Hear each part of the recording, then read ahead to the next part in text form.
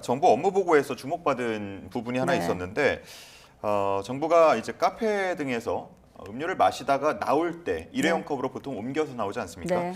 자, 이럴 때 일회용 컵값을 따로 받는 방안을 추진한다고 하는데 네. 참 일회용 컵을 두고 네. 여러 이제 논란이 있어 왔던 것 같습니다. 네, 실효성 네. 어떻게 보세요? 이게 이제 어제 일회용품 정책을 발표를 했단 말이에요. 그래서 첫 번째가 방금 말씀하신 것처럼 일회용품의 무상 제공 금지예요. 이게 예전에는 우리가 이렇게 컵을 반납하면은 다시 이제 보증금을 예. 반환받는 구조였는데 지금 새 정책은 아예 컵값을 받는 구조란 말이에요. 네. 그리고 이제 빨대는 요청 시에는 이제 제공한다라고 되어 있어요.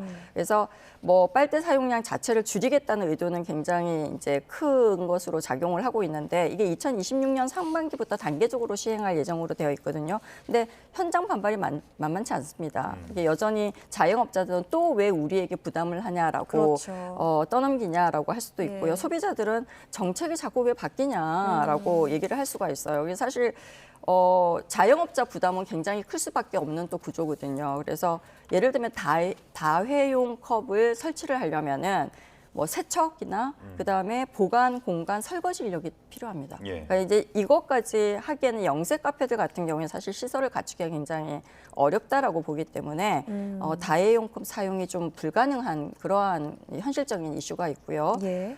뭐 고객 불편으로 결국은 매출 감소도 우리가 예상을 할 수밖에 없는 이제 구조이고요.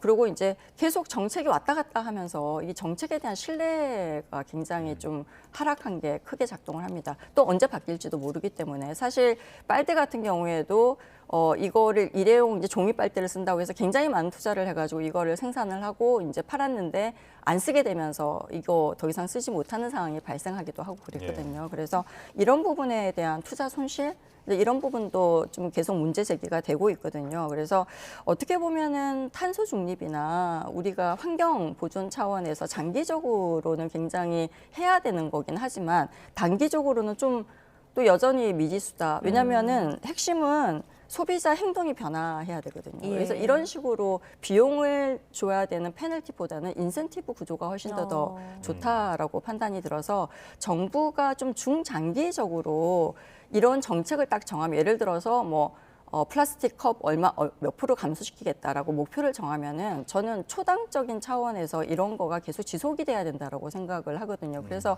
환경 문제도 해결을 하고 이게 탄소 중립에 이제 정부의 국정 과제도 해결할 수 있을 거라고 생각을 하고 있거든요. 그래서 예. 그런 부분이 조금 뭐 정책의 일관성 부재가 좀 문제가 되지 않을까라고 생각을 하고 있습니다. 네, 어찌 보면 돈과 불편함을 통해서 행동을 바꾸려는 정책인데 네. 이 효과를 최대로 좀 끌어내기 위해서는 보완 대책이 좀 필요해 보일 것 장기 같습니다. 로드맵이 좀 필요하다. 예. 그런 말씀을 좀 드리고 싶어요.